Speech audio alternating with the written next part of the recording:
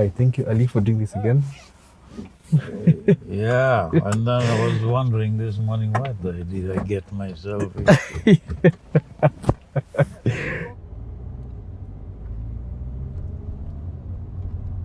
Do you remember the last time we did Yes, this? that was fun. Yeah, it was really fun. It was my favorite video of 2021. Yeah, that I made. Okay. Yeah.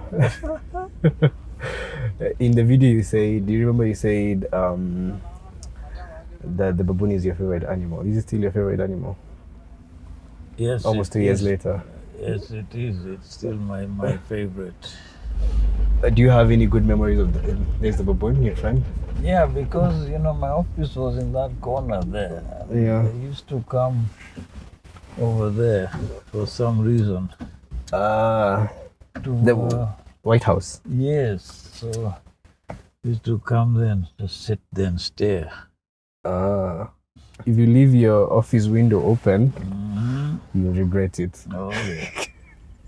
when we were staying in the park, Yeah. they used to come in through the kitchen door. Mm-hmm. And when there was a day it was left open. Yeah. So they came in. I was at work, she was school, everybody was out. It was just Jenny, my wife, and the maid. Mm-hmm. So the maid went somewhere and left the door open, and Jenny was in the bathroom.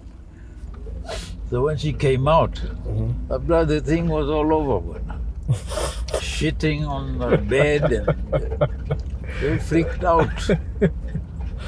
Yeah. But when they're cornered, they're dangerous. Yeah. So it's just best to let them open everything and just scare him out. And then also when they get into the office, they know where to go, where to look for sugar, honey. Smell things out. And no fear of women. Yes, that's true. Whatsoever. At all. That's very interesting. Even if you're a ranger in uniform, but you're a woman ranger, you have a tough time. Do you have any memories of Nairobi National Park in itself? Yeah, when I first came here to work in Nairobi Park, of course this was the only tarmac road, but it wasn't this well done. And there was no other tarmac road. There were rough roads, really. But if I recall, the most memorable thing was a time when a leopard went out and was found in Buruburu estate. Yeah. No, it wasn't Buruburu. There's this estate in Karioko. Yeah, Karioko. Yeah. It just happened to be in the estate. In the morning, people woke up and the thing was walking around there. Yeah. And to date, I still can't figure it out how it got there. Of course, following the Nairobi River and all that is one explanation. But the fact that it went through all the populated areas without being noticed. At that time, without being noticed. Yeah. And without attacking anyone. No one. No one. Just sitting there, but then when people started crowding, of course it started getting aggressive. But luckily we went there quickly enough. In those days, in our ranks, we didn't have this chemical equipment to capture it. Yeah. So we had to go with a trap. Yeah. It took 2 days to catch it. For it to agree to get into the trap. So during the 2 days, are you sleeping in Buruburu or in Karioko? We had to stay there. We couldn't just leave because it's heavily populated, and keeping people away from it was a bigger challenge. Yeah. Than making sure that we get it into the trap. Yeah. And then the other experience was at the gorge. And even I think today, there's still the baboon problem. And there was a time, there's this troop of baboons just went crazy. I don't know what happened. And they started attacking people and ransacking cars, banging on windows. Yeah, just randomly Get in. getting violent. Yes. Something must have triggered it. Yeah. But it was quite a wild scene. And then people had to rush there. Yeah. Rangers. But they wouldn't fear rangers as well. So it must have been something quite serious to have triggered them. Normally, if a baby is killed, they tend to, seek revenge. Oh, a baby baboon. Yes. Wow, okay. And then they just want to get some kind of vengeance. And they gang up as a troop led by the alpha male. Yeah. Climbing on, whipping out these wipers, tearing them up, and they were really wild. Oh, so they live in groups, just like normal primates. They have a leader, an alpha, who protects the whole group. Yes. The rest. So it doesn't matter whether the baby is directly linked to the alpha. No. It's part of the troop. So yeah. Interesting. And the thing with baboons is also that they have these competitions for positions of the alpha male. And when the alpha male loses his positions, unlike other animals, it's driven out. This bugger turns around and now becomes one of the part of the troop. Yeah. Quietly, submissively following now the new alpha male. Just so that he can have a piece of his cake. Yeah.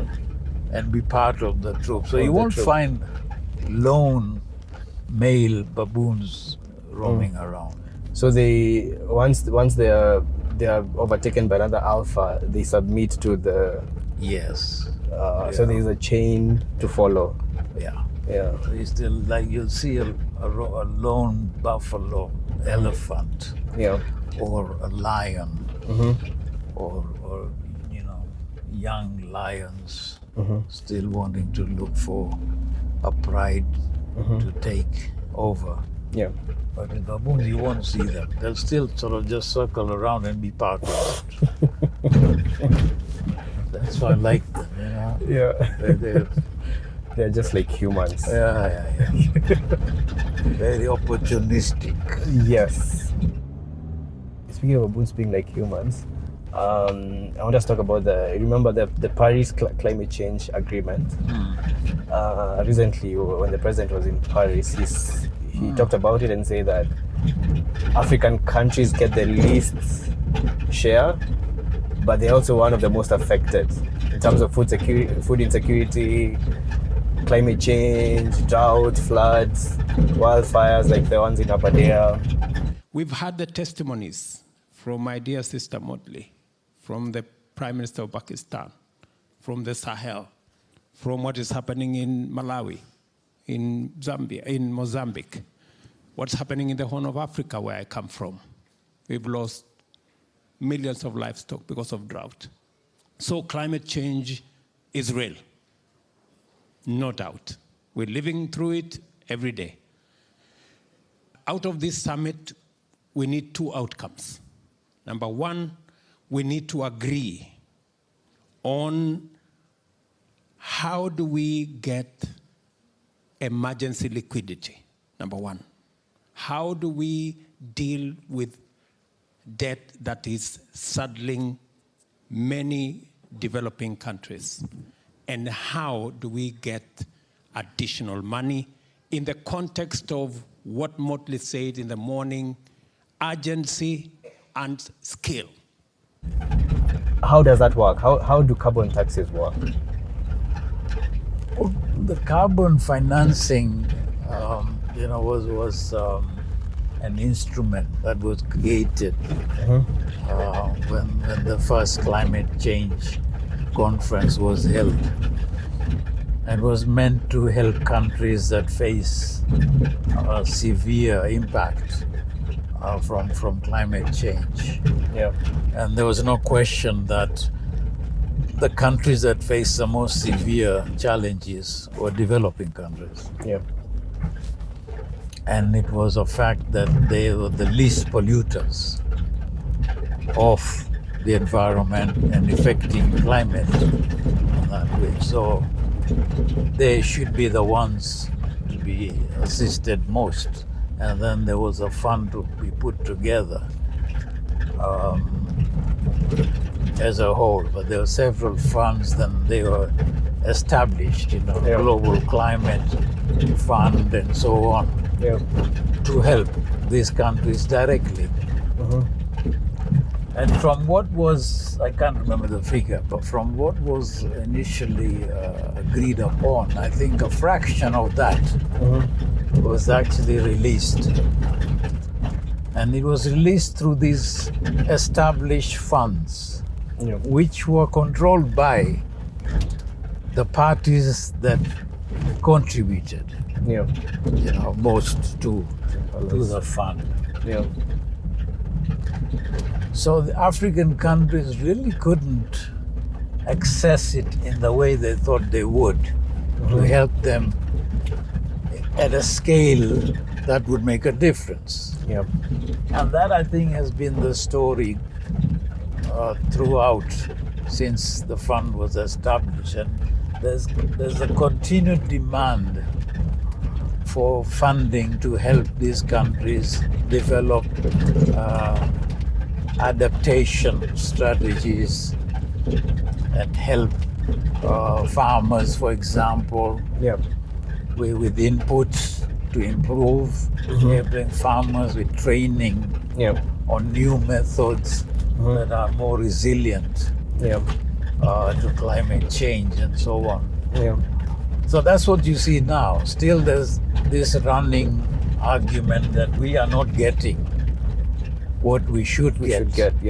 What we were promised we would get. Considering we are the least polluters. Exactly, and we are now the ones facing the most challenges. We are getting the worst of climate change. Whereas developing countries have already established their own schemes, their own compensation arrangements, their own subsidies that they give out to farmers and so on. So I think they already organize themselves in terms of helping themselves to face climate change. But of course, as you know, climate change is not something that you can 100% solve the problems. You can see the fires that are taking place, you can see the floods, and they still suffer the same. And I think from the holistic picture of it, from the way I see it, I think they're getting the worst of it. Yes, with hurricanes and earthquakes and exactly. But they have managed to cushion themselves because they have the resources. Yes, they've suffered. People have lost lives and properties. But if something similar like that was to happen here, God forbid, it would be so far worse for us than it has been for them. That's true. What we face here are severe droughts, long spells of drought, above normal rainfall in some places. But I think we have so far been saved from the kind of severe impact that developing countries in the north have faced. But for how long, we don't know. So we really need to be prepared do you think they'll agree to give us an equal share, or at least somewhere close to an equal share? I'm not sure they will. You know, that's the human nature. Yeah. Is to look after yourself first. So personally, I don't think we'll ever get to a point where you will get as African countries what you think you should get. So what do? Do you just sit back and cry every time you meet? Yeah. Or develop your own? Develop your own system, yeah. That's your true. own funding, your own mechanisms, your own strategies. Yeah. Policies that help the community. Exactly, and I think that's the way to go. Right now, some countries are. Yeah. Kenya, I think, is trying to do its best, and maybe other countries as well. But I don't think we've really taken a serious look at ourselves and see what we can do for ourselves. And because we have so many other challenges, you know, how do you split that national cake to now give more to climate change, adaptation and resilience, and how much now do you give to education and health and so on? Yeah. And then, of course, climate change still is considered an environmental problem. It hasn't factored in the minds of the financial authorities that actually it's also to do with survival of the citizens through food security and so on. So you don't see as much attention really as it should. If you're spending billions in defense and less on agriculture, obviously you haven't quite understood the importance of food security to the level that it should be. Yeah. Well, that's my opinion. And do you remember when you were in SA 2021? One of the things that took us there was the SA's wildlife economy and how they handle it. Do you think Kenya should go that route? Oh, I have no doubt Kenya should. Yeah. And Kenya will have to. They will have to.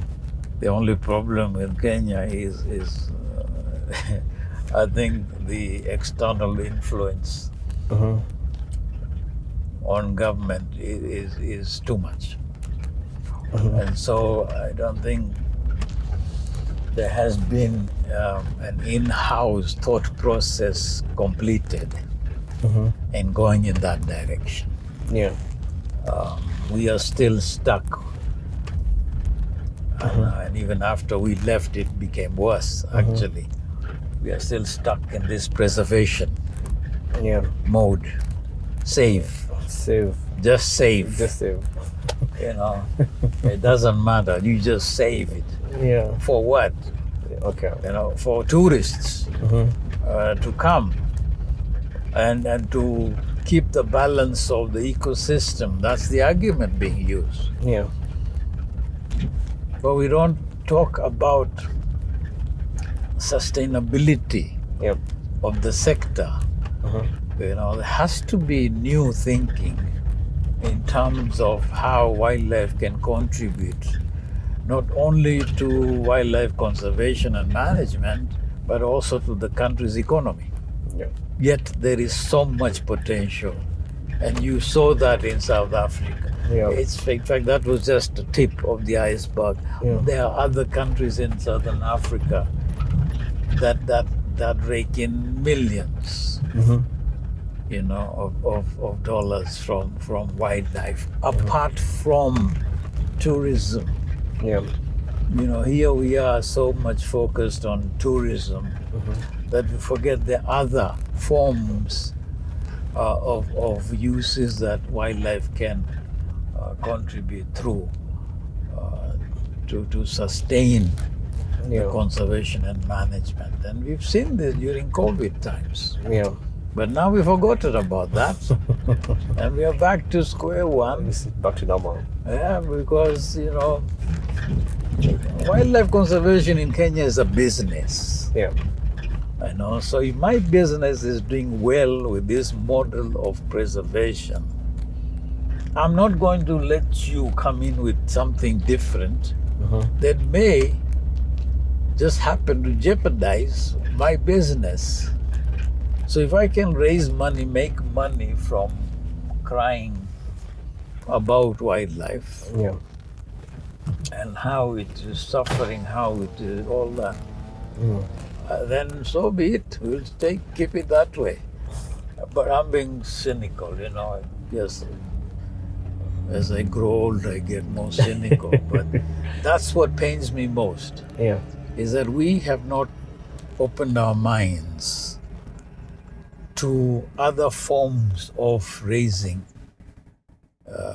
revenue from wildlife. So we have tourism and then we have donors. Full stop. Yeah. Right? When tourists disappeared, as you saw during COVID, and then when donors change their priorities, wildlife conservation and management suffers. But that doesn't seem to, matter much because then we don't go out and say, oh, wildlife is dying because we are not doing this or that. Yeah. Right? Look at Kenya. I mean, Kenya has, very few people talk about it, but Kenya has had declining wildlife populations for the last 20 plus years compared to other countries. Yeah. But we don't talk much about that. And that's a fact. Yeah. The figures are there. Yeah. It's plain. And now with the current rise in human wildlife conflict, it's becoming more expensive. Exactly. So we really need to go back to the drawing board without allowing outside interests. These outside interests are also being propagated by our own people in conservation. Yeah. So we need to have that dialogue, and dialogue should be open and should also be more with the people who suffer, more with the people who actually go through the pains of managing wildlife, and not those who comfortably live their lives on the back of raising funding for projects and then that sort of thing. That is their business, that's their livelihood. Yeah. But what about that fellow out there who suffers every day? What about KWS that can barely manage to run parks? Yeah.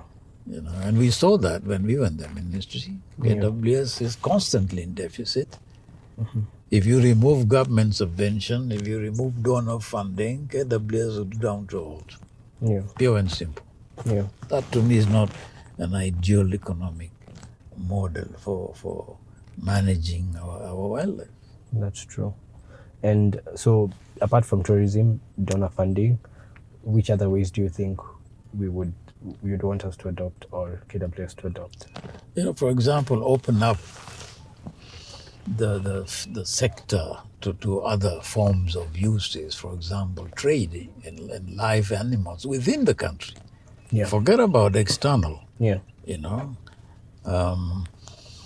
I still have problems with exporting wildlife to other countries. Yeah. So even internally, for example, if you take, let's say I have a ranch, I have wildlife, you have a ranch, we have wildlife, but you want some more wildlife, I have excess, I would sell them to you at the price that is being set in law.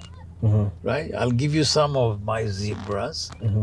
I get paid for them. That money then goes to helping me manage what I have, right? But also helps me make some kind of a profit from what I'm managing.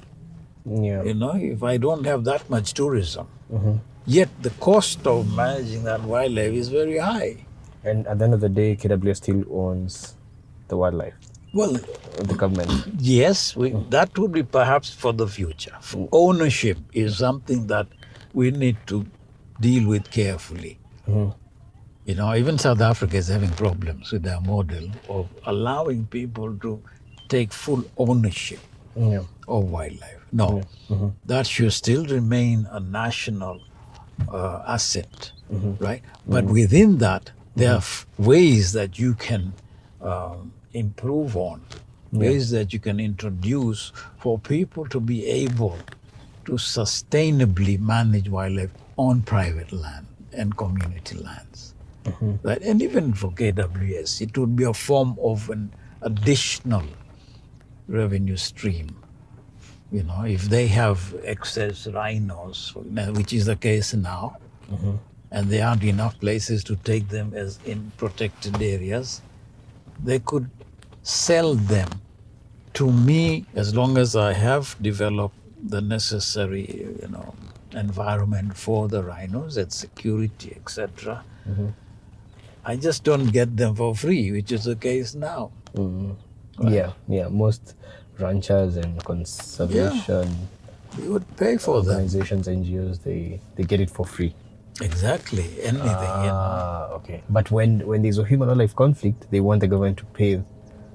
So if we give you an animal for free, it attacks the local community, somebody from the local community, and then the government has to pay that person. Precisely. But you've been making money Oh, yes. through donors and tourism for your own conservancy. Yeah. Yeah, okay. To get to that point about paying for compensation, I think it's again a matter of careful discussion. Yeah. Because why would I then pay for it if I have no sense of ownership? So it comes back to the issue of ownership, Yeah. right? However, you can develop around what you already have in terms of being able to make money from the wildlife that I have through trade, for example. Then you can hold me accountable and say, now you pay Yeah. for compensation. But until then, it's still a vicious cycle, really. And then other forms, and this is something we had in the 70s, is game meat production. Yeah.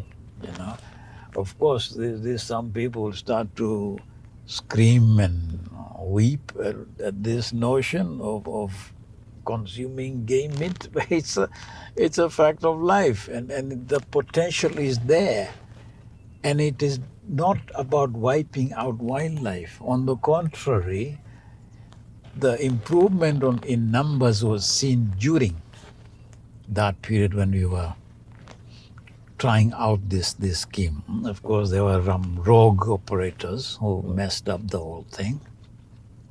But take the case of other countries as well. Their populations have increased, yet They even export game meat. game meat, yeah. Right? And we are not talking about endangered species here. We are talking about species that are doing very well and would even do better.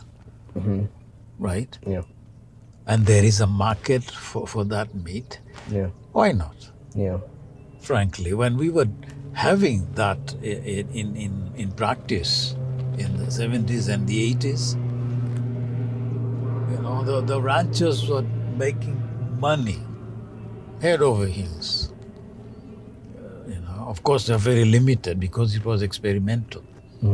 But imagine opening it up to others, communities, and so on. It needs to be planned properly, of course. Yeah. So there's still quite a bit of planning to go into it, and look at the mistakes that were made earlier.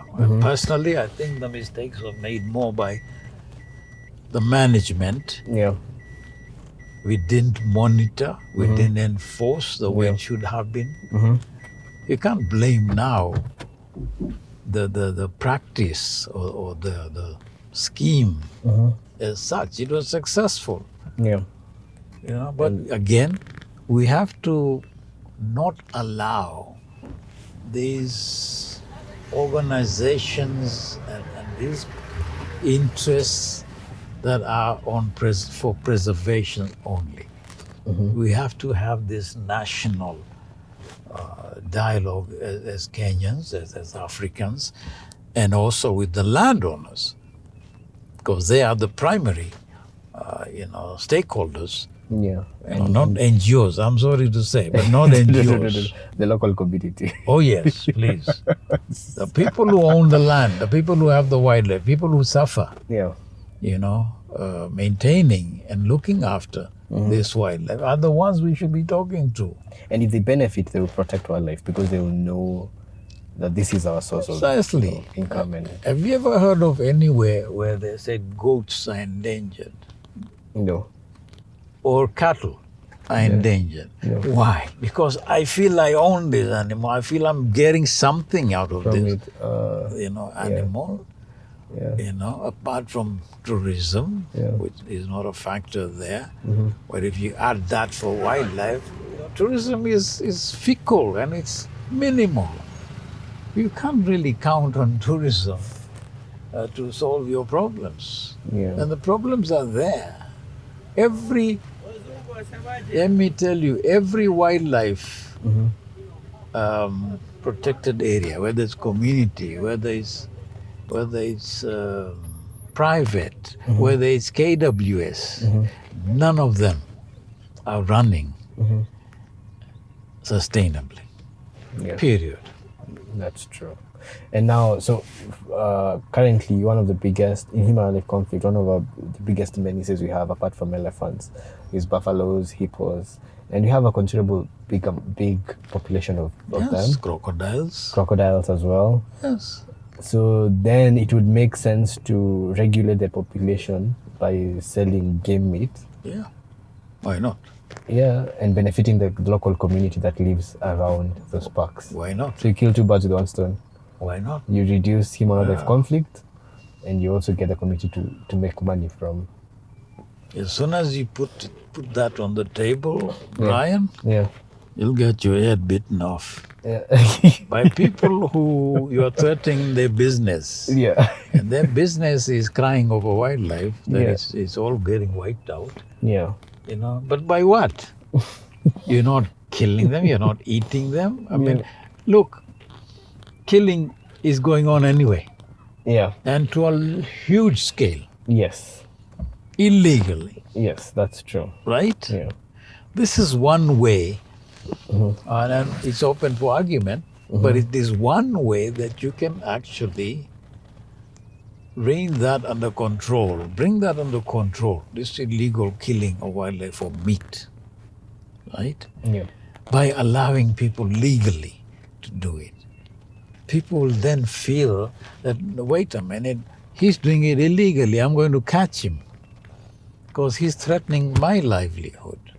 I'm allowed to legally, kill a few, but now he's killing more.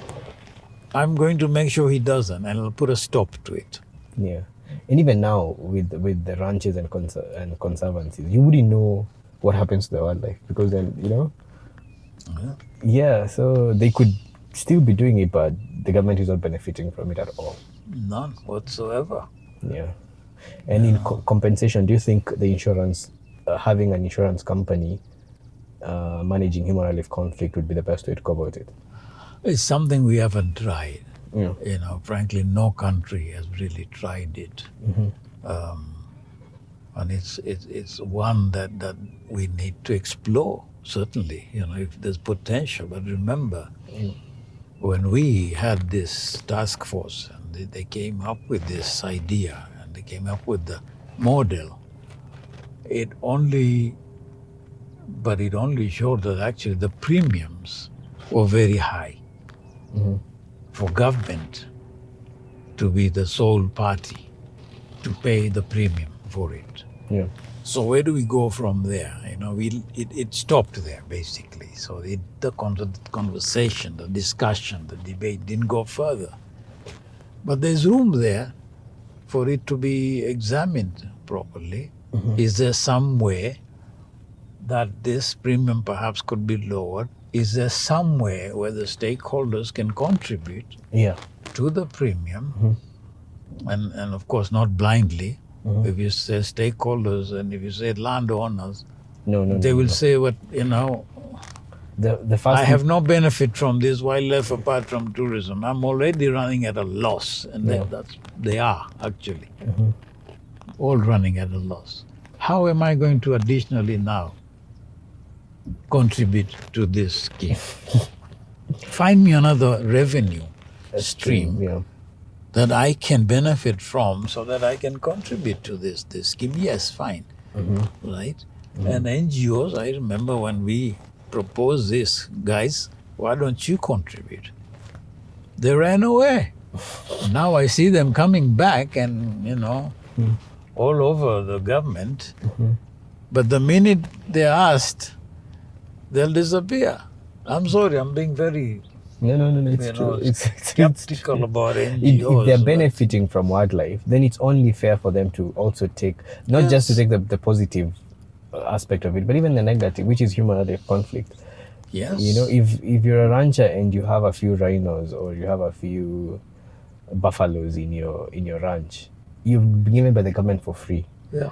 You're making money from tourism. You have a really good tented camp in your conservancy or ranch, and then that particular animal or that elephant goes out and destroys someone's crop. Why would the government now come again and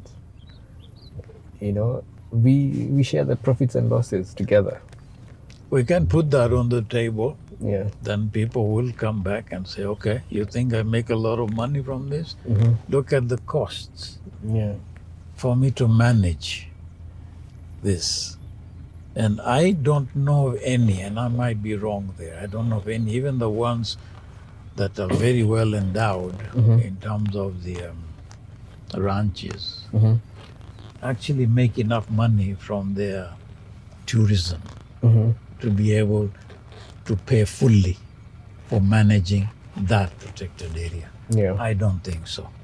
They all depend on philanthropists, Donor funding. donors, or the owners go out there and raise money or pay from their own profits from their businesses to pay part of the cost of managing these areas. Yeah, but if they went to went to donors to get the money, but they would have to then go with the idea of, we also have this kitty that we are trying to populate to help the communities. That would also work, right? But because they don't benefit directly from that, then okay. Yeah, they could, but again, my point is that again you're running the donors. Why don't you first establish your own sustainable economic model for managing that protected areas, and the donations or the donors would become secondary. They would come perhaps to pay for some particular project, but not to help you run the place. So even if you don't get donors, then that's fine, because it's not the critical element of management. It's a secondary part, helping you with some particular project of interest that they also have in, for example, rhino or leopard or lion, conservation or capture and treatment and specific things. But not the management of it all, paying for your staff, paying for roads, paying for everything that entails managing an area. Yeah, without... That should be sustainable. That should be your problem. Responsibility, yes. Not somebody else's. Yeah. Right? But now here you are struggling to pay for that. Yeah. Yeah. And you have to continue beg for money from others And to run your home, for example. If you rely on donor funding, then whatever they tell you to do, you will do. And when they don't want to, they go. They have a choice. They can just walk away. So they own you. Yeah. Wow. And NGOs, the same thing. They own you until you say what they want you to say and do what they want you to do. Yeah. So, and if you have case studies of other African countries that have done that and it's working for them, then why not? Then why not? We should do the same thing. Apart from South Africa, which other African countries? Well, Namibia. Namibia, okay. Excellent example. Zimbabwe, another good example. They all have problems. I'm not saying that any of them have the perfect model. No, they have problems. Yeah. But Why don't you just take the good and leave the bad, right? We are stuck with this one model and not want to change it. And I don't know what it's going to take for government to come to a point and say, wait, stop. We want to change now. It's about time. Enough of people telling us what to do. We will do what we think is best for the country and for the people. Yeah. And we can also learn from them. We don't have to, see what they did right. Yeah. Take that and see what they did wrong. Exactly. Yeah. For example, you take Namibia, game meat production is a huge area in their modeling of managing wildlife and paying for conservation. Yeah. A huge part of it. Personally, I'm not advocating for hunting. Let this be on record. Yes. No hunting. Kenya is not ready. Yes. I'm not saying never, but I'm saying not now. Yeah. We need to get ourselves better organized. Our institutions are not ready for something like that. Yeah. We had it in the 70s, but it didn't work because there was huge corruption. Yeah. There was very poor monitoring, and then there was poor management of the whole scheme. Yeah, you can see a lion there. A very big male. Oh. You laugh. There's a male lion. I think he's so damn bored. I can see it from here.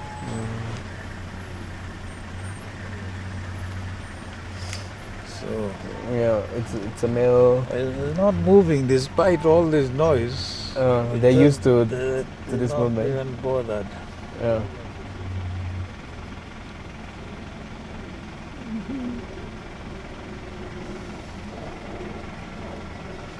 Do you see them? There's a male and then there's a female. They're sleeping. They're sleeping. They probably had an early meal. Breakfast.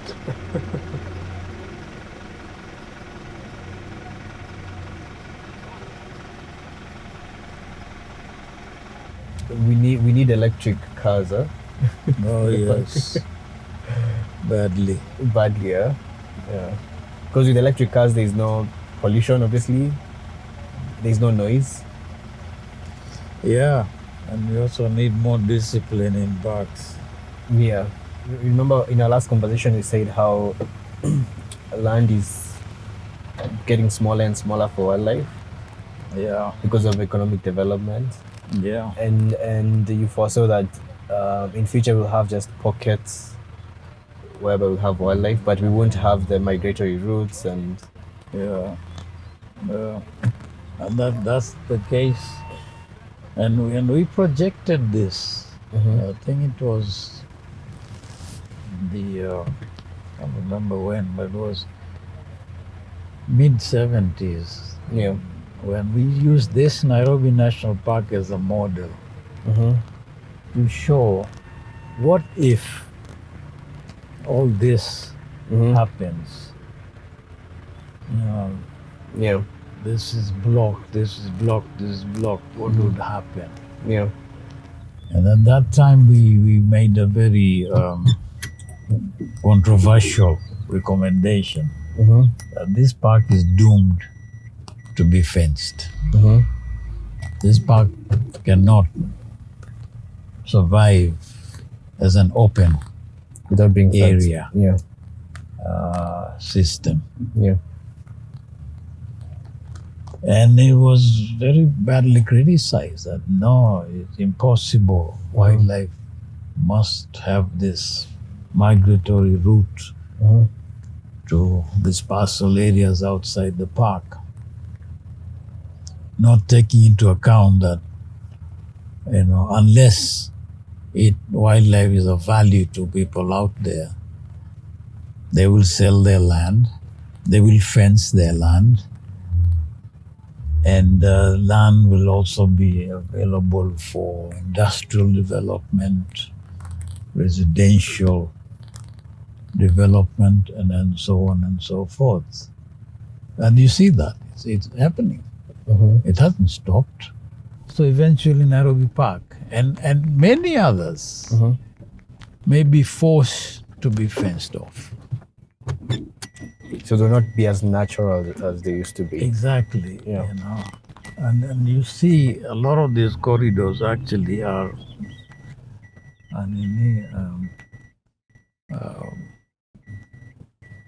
patches of conservation areas that are private Yeah. or community, right? But not under state protection. State protection is the most sustainable because government then comes in and bails you out, right? So you can place some form of guarantee that it would continue to remain a conservation area. But should there be an financial collapse in developing countries where this donation is coming from, imagine the situation. And this is what we should It simulate. Could happen. It could happen. Like with the war in Ukraine. And then there is this dollar crisis. Yeah. You know, you hear this and that about the dollar being demonetized and Yeah. so on. So somebody should simulate that. You know, say, okay, tomorrow, let's take Conservancy A. Show us your budget. How much are you raising from leases? How much are you raising from tourism entries? Blah, blah, blah, blah, blah. How much are you raising from these donations? Okay? And you will see, donations play a huge part of it. So let's just remove that and see what you're going to get from no donations. And what are your expenses? What is your expenditure? And you'll see it's not solvent. None of it is solvent. Yeah. Okay. How long will you continue on goodwill of the landowner? Give it 2 years, 3 years maximum. What then? They'll sell the damn land. Look at Amboseli. What's happening? Yeah. They are subdividing. Yes. Why are they subdividing? Has anyone dug deep into that? One of them actually was a huge conservancy in Birikani. They're subdividing. Why are they subdividing? This could go across, like Kipia, Samburu, elsewhere. And they shouldn't subdivide.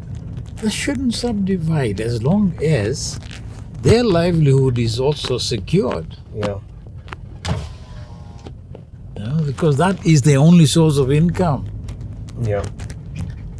And you can't tell someone to stay hungry. Yeah. So he'll say, you told me to remove cattle and give room for wildlife. You told me to make sure I don't have more cattle because I'm going to get money, right, from this conservancy. Now I'm not. So I'm going to increase my livestock so that I can make more money out of it. I'm going to, lease my land or sell my land for farming, for whatever they want to do, so that I can get security for the future. Yeah. So the point I'm trying to make, Brian, is that we haven't really had a serious conversation, dialogue with the people who matter most. Yeah. And those are the landowners. Yes. And put facts before them. Yeah. Not go to them and say, oh, thank you very much for looking after wildlife. It's our heritage. It must be secured. It must be looked after. You are doing a fantastic job. Thank you very much. Everybody claps and they go home. No, it's time to have a very frank discussion with facts on the table. Yes? And give the worst case scenario. Put that on the table. What is going to be the solution should we get to that point? Then I think we are looking at Kenya's wildlife surviving the next 50 years. And since I'm not looking for a job with them, I can now basically say what I want. And they can't do anything about it. Do you remember we had this plan of opening an aquarium in Mombasa? Yes. Oh, yes. And I still think it's a really good idea. It's a fantastic idea. Abu Dhabi just opened the biggest aquarium in the world, right? Yeah. And you know where they're getting their fish from? From here, from our coastline here in Mombasa. There's a guy there. I don't know if you met him. He's making millions. The German guy. Yes. The German guy, yeah. He's Danish or something. Oh, Danish, yeah. He's sending fish, by the loads. Yeah. From here. Yet we don't have even one aquarium. So how foolish is that?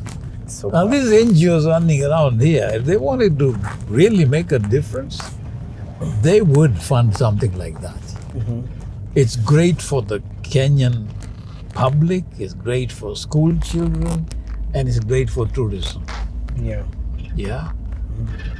I saw Kilifi County a few days ago.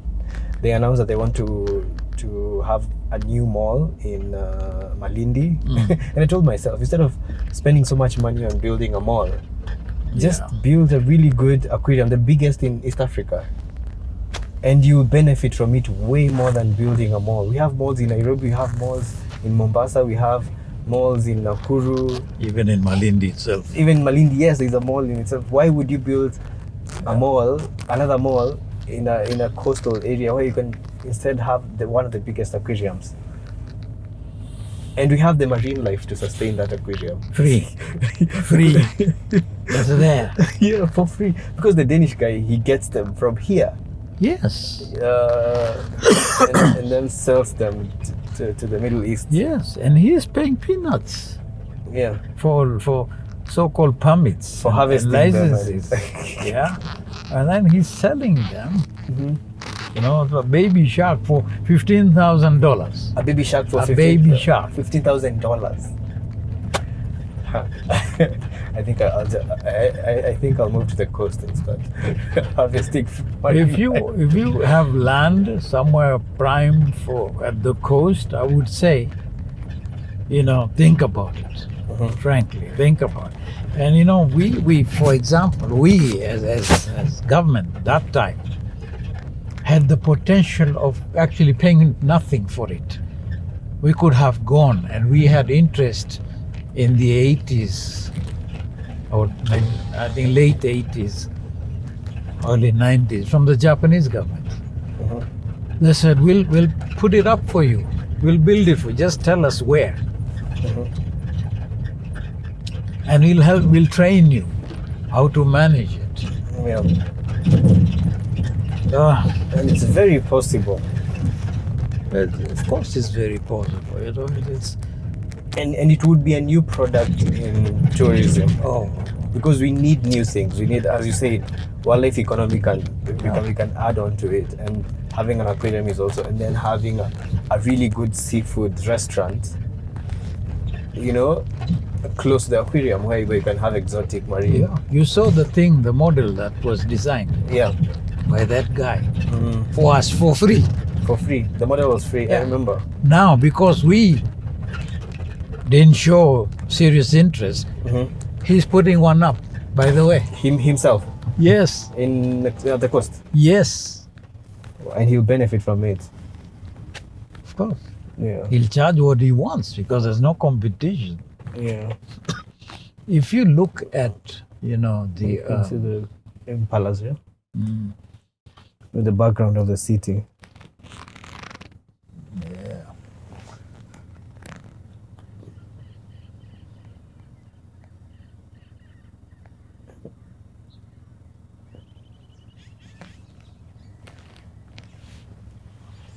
Yeah. If you look at the number of people on Jomo Kenyatta Beach Yeah. during holidays, Yeah. they're like ants. Imagine that crowd coming to your aquarium. And they would spend that money. 50 bob if you charge a Kenyan, Yeah. you know, and maybe 20 bob for a child. Yeah. You would have to fight off crowds because they wouldn't have to take a boat and go to the sea The ocean, and then maybe not even see a quarter of what you have in the aquarium. Of course they would come there, see a shark, see a turtle, see so many things that they would never see in their entire lives. And they will probably never see, because they'll never go to the sea, to the No. ocean. No?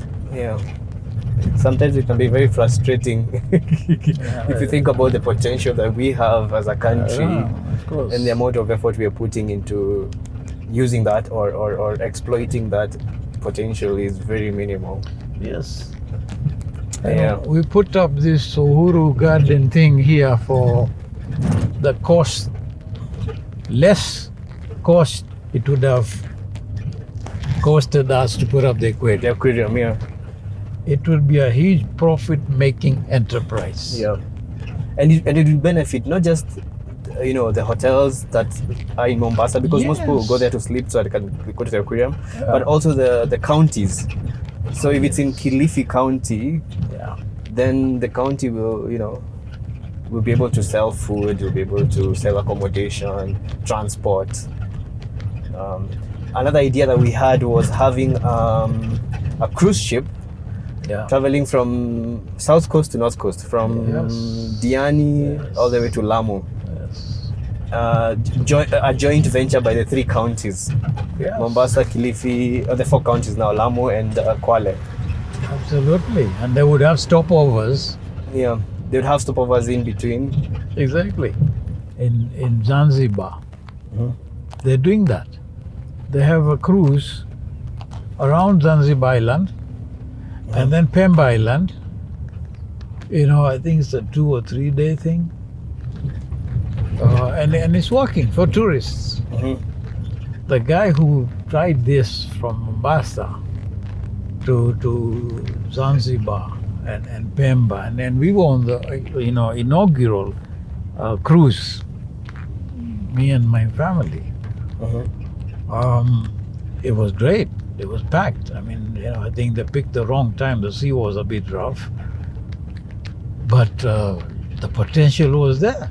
Yeah, it can be, really good thing for honeymooners, friends who want to have Absolutely. a 3-day cruise, on the Kenyan coast. And Kenyans are looking for new things, Yeah, I mean, yeah. look at some guy on his farm, he puts up a zip line. It's crowded. Yeah, just a zip line. Yeah. So, yes, the cruise, the aquarium, then the museum in Tsavo West. Yes, the wildlife museum. Yes. Tell me about the wildlife museum. How would that have worked? Well, the concept was, of course, one, we would showcase a completely environmentally sustainable structure.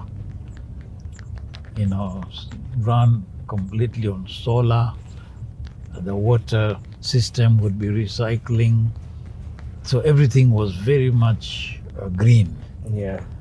That was the first thing. Then even the structure itself would be designed in a way so it blends with the environment, but constructed so it takes maximum benefit of the environment around it. Sunlight and all that. And the material was also going to be very natural. You would not be importing anything for that. And it would be basically from that environment itself. Inside would be, there would be no live or even real specimens of dead animals or anything like that. It Yeah. would be all augmented reality. So you would Okay. interact. With wildlife, like with holograms exactly. of wildlife. Yes. And where they came from and Yes, and we had everything in place, design of the structure, yeah. and then the augmented reality was also to be done by a firm in Manchester. They're very much interested in that model. So all we had to do, the design work was free, Yeah. was pro bono. So all we had to do was to raise the money to build it, Yeah. if I recall. And that's basically where we had to leave it because we left. And I don't think they're even looking at it now, Yeah. unfortunately. Because again, now that is another thing that would be a huge profit-making Yes. enterprise. Exactly. And especially it being in Tsavo, Yes. it will open up Taita Taveta. Yes.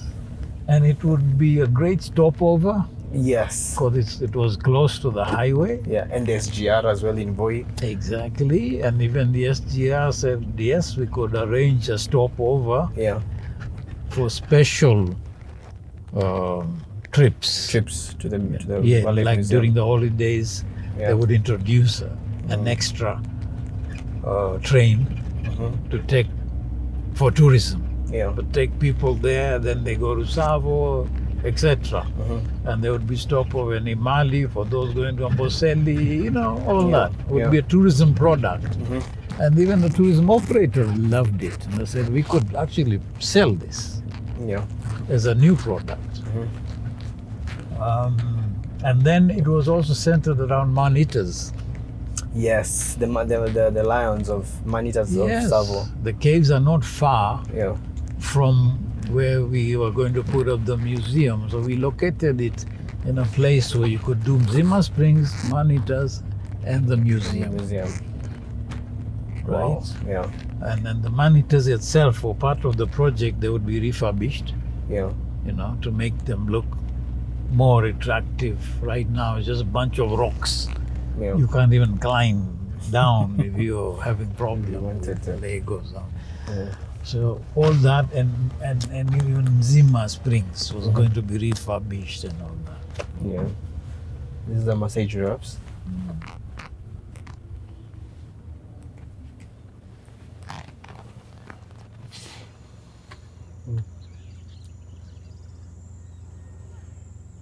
Even though Mm-hmm. all the giraffes have this movement of their necks, Mm-hmm. the reason why we used to call them Maasai was because of that. Because when Maasais are dancing, they move their necks. The dance is part of the neck movement is part of the dance. Beautiful creatures, huh? Yeah. And he was also given a nickname Kinyozi. Why? See, they crop off top of the trees. These small bushes, you Yeah. see them, they only take top leaves. That is good for the plant as well. Yes, so they would basically be shaving that tree or that plant, Yeah. that bush. So we call it kinyozi. Kinyozi. And lions, we were calling them kichwa. Kichwa, yeah. On radio, that was the language. The language they used. Let me ask you a lighter question. Between a hippo and a rhino, if they got into a fight, who would do it, in your opinion? I would put my money on a rhino. Uh-huh. Yeah. Why? Well, it's got an defense mechanism that the hippos don't. Now, the hippo depends on its teeth, yes? Yeah. And it's got to get the soft part of a rhino to make any impressive damage, right? Yeah, and yeah. the rhino's soft parts are around the neck and underneath. For it to get to that point, the rhino would have just honed it once. It caused damage. Yeah, so I would put my money on On the rhino. Yeah. in terms of aggressiveness, yes, the hippo is aggressive when cornered and wants to do damage. Yeah, and has the speed on its side. But a rhino has one thing the hippos don't have. Yeah. And it will just take one and The lift it up. the horn. Yeah. I would also pick the hippo, mainly because of the horn. It has a very thick skin, Yes. and I don't like. I mean, I would pick the rhino. I don't like hippos Why don't you like hippos? because they are very hot tempered, Yes, they are. Very and the aggressive. fact that they don't eat meat, it doesn't make sense why they should be that hot tempered, Yeah. because they have no reason to be. I think it's their circulation is also heated. That's why they have to stay in the damn water all the time. So that they can cool their body. Yes. Interesting. So that gets to their brains too, maybe. I don't know. But it is very aggressive. Interesting. When I was in capture, hippos was one of the most difficult animals to capture. You know, first of all, if you dart it, it runs straight for the water. And you couldn't step in between a hippo and water. No way. Even if it's a truck, it would just run into the truck and it would rather just die from the damage. So trying to capture it manually, of course, is very dangerous. You know, trying to put a rope around it to bring it down, it's very difficult. So one of the drivers, he wasn't a very normal guy, by the way. What he did, when we got tired, he said, Fukuzeni, chase it from that point. I'm here with my truck. What are you going to do? And watch it. So as soon as that bugger came running, he went and kept the truck, the back of the truck, between it and the water. The hippo went under the truck and got stuck. Wow. It wouldn't move. It wouldn't have move. the brains to actually lower itself down and crawl out. It just kept standing upright. So it got caught. Of course, the back was badly. Yeah, some injuries. Yes. Yeah. And we couldn't do anything with it except. Yeah. But it is a very difficult animal to catch. It's not impossible, but it is very difficult. So to if you catch. dart it and it runs into the water, then what happens? Isn't It drowns. Isn't that easier to catch it? It drowns. It drowns. Because the chemical, the drug Okay. is supposed to put it to sleep, Yeah. right? Okay. Yeah. You makes go and sense. sleep in the water. It makes Even sense. rhinos, you have to be very careful where you dart it. You never dart it close to a water body. You know, it may not go into a lake because it has fear, but if it's a river and it falls in a river, it'll drown. Yeah. So even for rhinos, you have to be careful where you dart it. And when you're darting an elephant, why do you have to always pour water on it or something like that?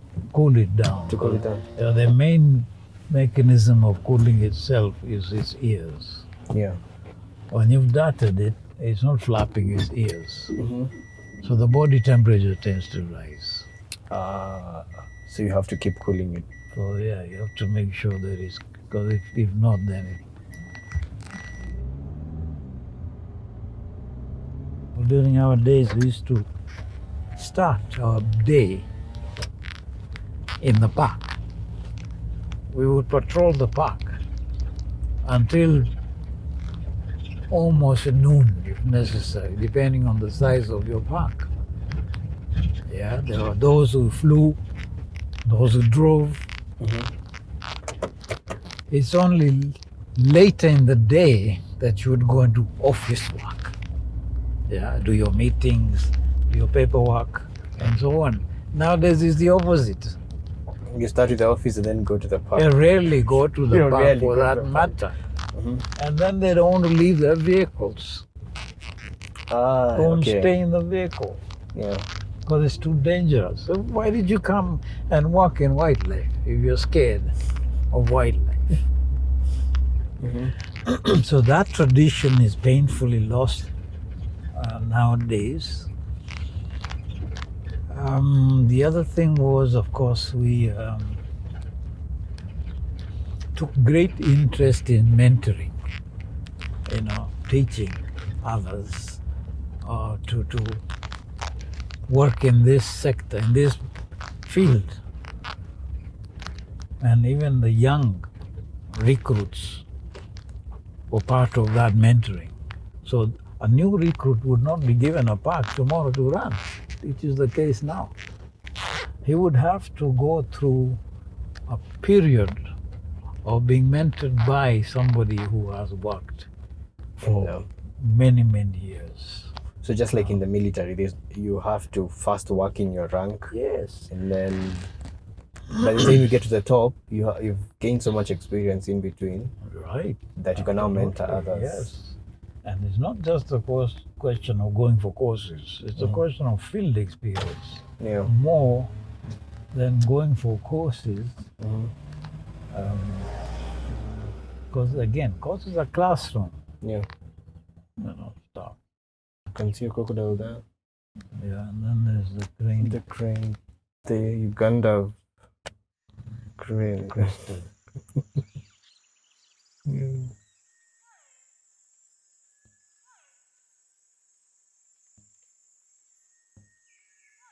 You see, that sandbank was not there before. Yeah. So they were forced to bask on these rocks. But you see, that sandbank makes such a big difference. Yeah. There are hippos there too now. And they live very well with the crocodiles. Oh yeah, they respect each other. They don't mess around. Even in the Mara, where there are hundreds, thousands of hippos and crocodiles. You see that? Yeah. The birds. That cormorant. It's a cormorant. It's flapping its wings. It's also a mechanism of attracting fish to come closer to the surface. Because it casts some kind of a shadow. So the fish thinks. Yeah, the fish this wants food. to come towards where there's less sunlight. Yeah, of course, there isn't much sunlight right now, but it's their mechanism they use. You work in a park, that is going to be your home.